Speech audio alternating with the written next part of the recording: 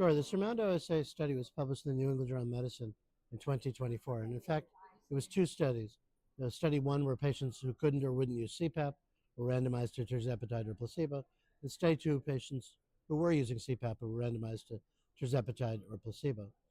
The primary outcome was the apnea-hypopnea index, which did improve both clinically and statistically significantly, about 25 or 30 events per hour improvement in the two studies.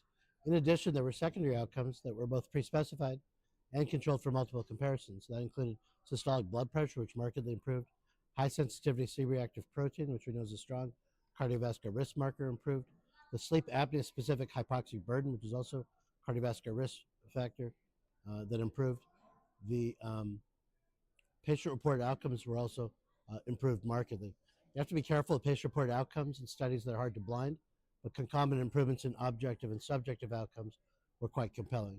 And then body weight improved considerably, about 18 to 20%. So to put that in context, if you start at 200 pounds, 20% would be 40 pounds. That would take you from 200 pounds to 160 pounds. So quite a marked improvement and a game changer for those patients. And on the basis of that study, FDA approved Tirzepatide for the treatment of moderate to severe sleep apnea in people with obesity in December of 2024. Yeah, so these GLP-1 receptor agonists are really taking things by storm. So I was told about 1 in 4 Americans has tried a GLP-1 receptor agonist, so it's certainly out there whether you realize it or not.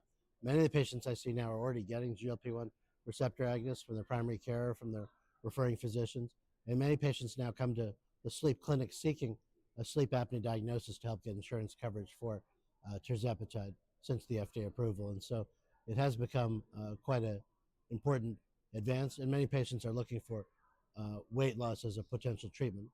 It is important to emphasize, though, that the SURMOUNT-OSA study didn't compare Tirzepatide to CPAP, and so the first-line treatment remains CPAP. That hasn't changed.